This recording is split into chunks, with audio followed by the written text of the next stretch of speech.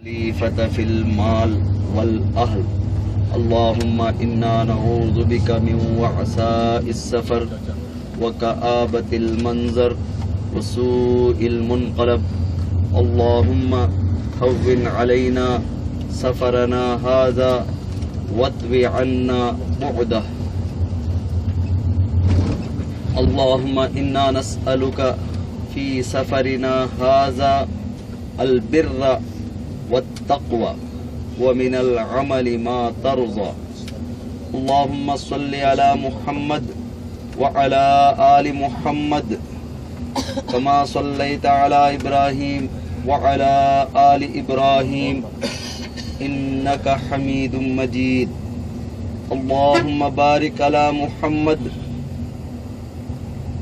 وعلى آل محمد كما باركت على إبراهيم وعلى آل إبراهيم إنك حميد مجيد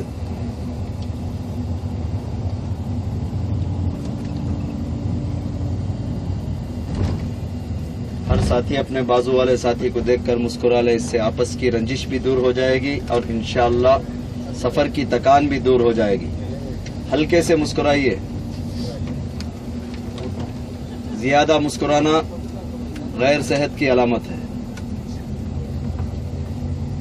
اللہم صلی علی محمد وعلی آل محمد کما صلیت علی ابراہیم وعلی آل ابراہیم انک حمید مجید۔ پیارے رسول صلی اللہ علیہ وسلم پر ایک مرتبہ درود شریف بھیجنے سے اللہ تعالیٰ کی 10 رحمتیں نازل ہوتی ہیں، 10 نیکیاں لکھی جاتی ہیں، 10 گناہوں سے معافی دی جاتی ہے۔ ان اللہ وملائکتہ یصلون علی النبی یا ایہا الذین آمنوا صلوا علیہ وسلموا تسلیما۔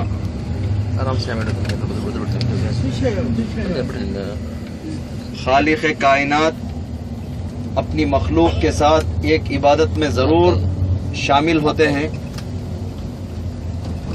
اللہ تعالیٰ نماز نہیں پڑھتے، روزہ نہیں رکھتے، حج نہیں کرتے، عمرہ نہیں کرتے، خیرات نہیں دیتے، بہت ساری عبادتیں نہیں کرتے، لیکن ایک عبادت ضرور کرتے ہیں، وہ ہے درود شریف۔ اللہ اور اس کے فرشتے ان اللہ وملائکتہ یصلون علی النبی، اپنے نبی رحمت پر اللہ اور اس کے فرشتے، اللہ اور اس کی ملٹری درود و سلام کا نذرانہ پیش کرتے ہیں، بندے بھی پیش کرتے ہیں۔ لہذا یا ایھا الذین آمنوا، اے ایمان والو درود پڑھو، صلو علیہ وسلموا تسلیما۔ درود جو ہے ایک سیلیوٹ ہے، ایک نذرانہ ہے، ایک گارڈ آف آنر ہے، ایک سلامی ہے، ایک سیلیوٹ ہے۔ جس طرح ایک ملک کا بڑا کسی دوسرے ملک میں جاتا ہے تو وہاں پر اس کو گارڈ آف آنر پیش کیا جاتا ہے، بالکل ایسے ہی اللہ اور اس کی ملٹری یعنی اس کے فرشتے اللہ کے رسول صلی اللہ علیہ وسلم پر درود پڑھتے ہیں اور حکم بھی دے رہے ہیں، بھائی درود شریف پڑھیے۔ کیا بھی باتاں کر رہی سو، کثرت سے درود شریف پڑھیے۔ بس کے بالکل سامنے دیکھیے احد کا پہاڑ، 17 کلومیٹر لمبا چوڑا پہاڑ، جس کے دامن میں 3 ہجری میں اسلام کی دوسری بڑی لڑائی، دوسری بڑی جنگ غزوہ احد کے پہاڑ کے دامن میں جو جنگ لڑی گئی اس کو احد کے نام سے تعبیر کیا جاتا ہے۔ جبال نحبہ ویحبنا، یہ ایک ایسا پہاڑ ہے جو ہم سے محبت کرتا ہے، ہم بھی اسی پہاڑ سے محبت کرتے ہیں، اور یہ جنت کے پہاڑوں میں سے ایک پہاڑ ہے، اور یہ پہاڑ احد کا پہاڑ اللہ کے نبی صلی اللہ علیہ وسلم سے باتیں کیا کرتا تھا۔ اس پہاڑ کے دامن میں غزوہ احد جو لڑی گئی، اس جنگ میں 3000 کفار تھے، 650 مومنین تھے۔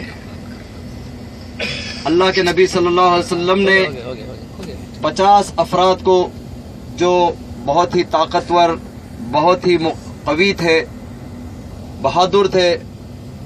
ایسے بہادروں سے کہا کہ تم 50 افراد اس چھوٹی سی پہاڑی پر بیٹھے رہنا. جب جنگ شروع ہوئی 600 افراد نے 3000 کافروں کا مقابلہ کیا تو فتح ہو گئی. 600 مومنین نے 600 مسلمانوں نے 3000 کافروں کے لشکر کو مار بھگایا.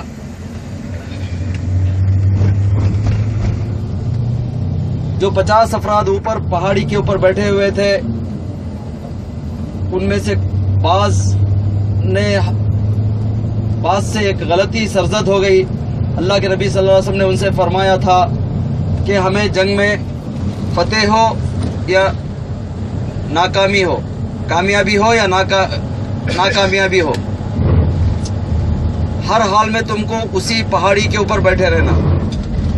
جب آپس میں مومنین کفار کو بھگانے کے بعد آپس میں مال غنیمت تقسیم کر لے رہے تھے تو ان 50 میں سے کچھ افراد کے دل میں لالچ آ گیا. ہو سکتا ہے وہ ابھی ایمان میں داخل ہوئے ہوں گے، جن کا ایمان اتنا مضبوط نہیں تھا. اللہ کے نبی صلی اللہ علیہ وسلم کی وہ بات ان کے ذہن سے نکل گئی ہو. کچھ لوگوں نے اوپر سے منع بھی کیا، ارے بھائی اللہ کے نبی صلی اللہ علیہ وسلم نے منع کیا ہے یہاں سے اترنے کے لیے. ذرا تساہل ہو گیا، غفلت ہو گئی، چوک ہو گئی، خطا ہو گئی.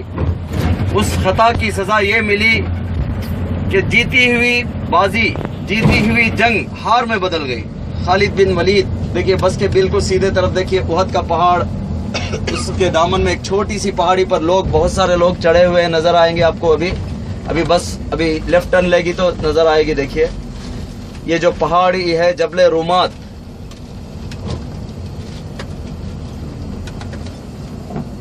جیتی ہوئی جنگ ہار میں بدل گئی.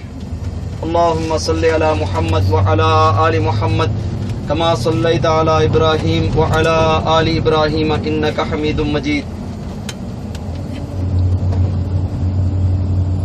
70 صحابہ کرام اس جنگ میں شہید ہو گئے. ابو سفیان جو اس وقت اسلام میں نہیں تھے، کافروں کے سردار تھے، کافروں کی قیادت کرتے ہوئے 3000 کافروں کو لے کر پہنچے تھے. 70 صحابہ کرام شہید ہو گئے.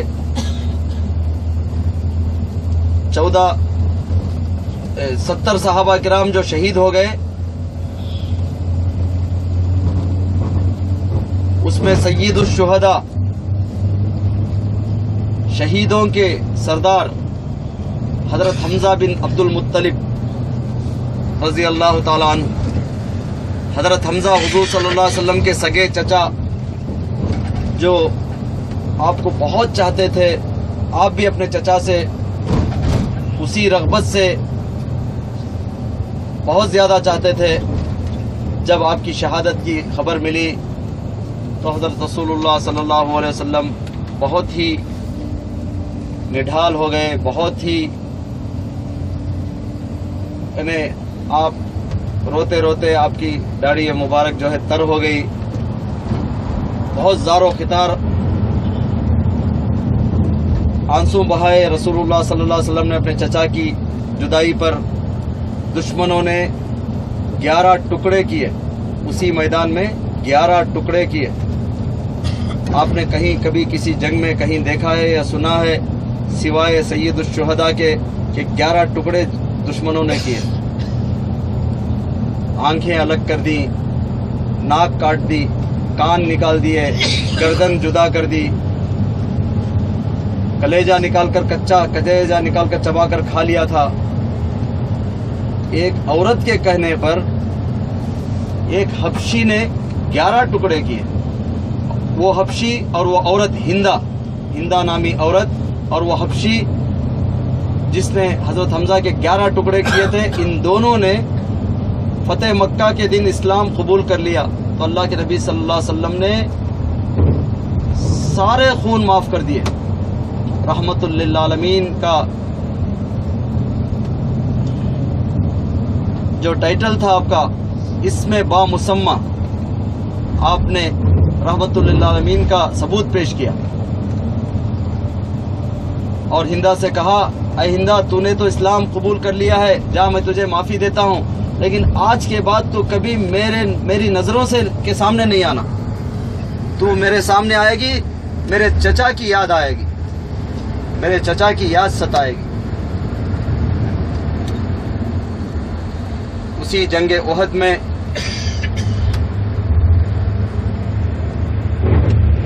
ایک صحابی تھے حضرت حنظلہ رضی اللہ تعالیٰ عنہ، ان کی صرف ایک دن پہلے شادی ہوئی تھی، ابھی انہوں نے غسل جنابت بھی نہیں کیا تھا، فرشتوں نے ان کو غسل دیا۔ رسول اللہ صلی اللہ علیہ وسلم نے بتایا کہ دیکھو صحابہ، دیکھو میرے حنظلہ کو فرشتے غسل دے رہے ہیں، ایک طرف سے پانی بہ رہا ہے، دوسری طرف سے خون بہ رہا ہے۔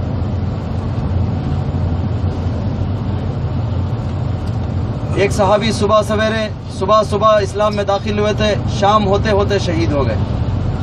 اور بھی بے شمار روایتیں ہیں، تقریباً 600 صحابہ کرام، بلکہ وہ جبل رمات کے 50 ملا کر 650 میں سے 70 تو شہید ہو گئے، بہت سارے زخمی بھی ہو گئے۔ صحابیات رضوان اللہ تعالی علیہم اجمعین علیہن اجمعین باقاعدہ زخمیوں کی عیادت کیا کرتی تھیں، زخمیوں کی مرہم پٹی کیا کرتی تھیں۔ یہ جنگ احد جو ہوئی یہ بدلہ تھا جنگ بدر کا، بدر نہیں بولنا، بدر، دال کو جزم کے ساتھ۔ 3 ہجری میں جنگ احد ہوئی تھی، 17 رمضان 2 ہجری کو جنگ بدر ہوئی تھی۔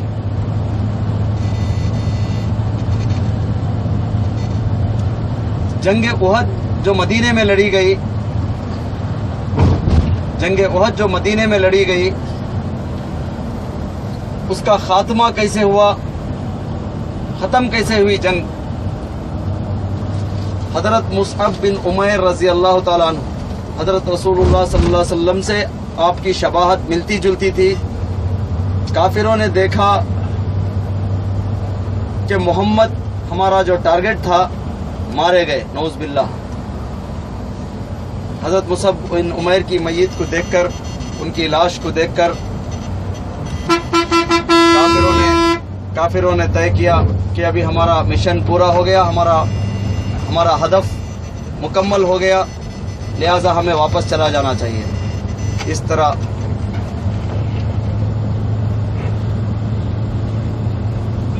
اللہ کے نبی صلی اللہ علیہ وسلم کے 2 دانت اسی جنگ احد میں شہید ہو گئے۔ حضرت رسول اللہ صلی اللہ علیہ وسلم اور حضرت ابوبکر صدیق رضی اللہ تعالیٰ عنہ کو، ان دونوں کو پہاڑ کے دامن میں ایک اور غار میں، جس طرح جبل ثور مکہ مکرمہ میں ہجرت کے موقع پر 3 دن 3 رات ایک غار میں جس طرح چھپے ہوئے تھے، اپنی جان بچانے کے لیے چھپنا پڑا تھا، بالکل اسی طرح سے یہاں بھی اسی پہاڑ کے دامن میں ایک غار تھا، اس غار میں حضرت ابوبکر صدیق رضی اللہ تعالیٰ کے ساتھ جا کر پناہ لی۔